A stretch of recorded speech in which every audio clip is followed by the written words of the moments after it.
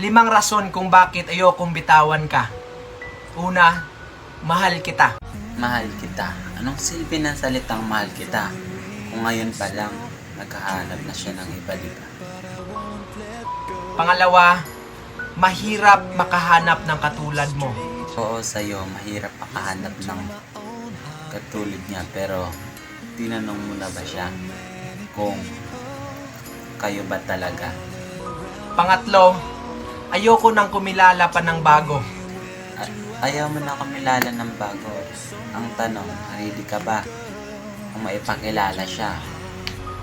Pang-apat, sa'yo ako masaya.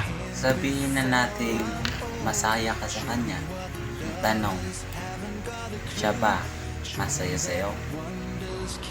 At pang-5, ikaw ang gusto kong makasama habang buhay. Ang 5 pa ka mo, nakakayak man sabihin, pero sa puso niya, kailangan ka naman sa. Okay? Tandaan mo yan.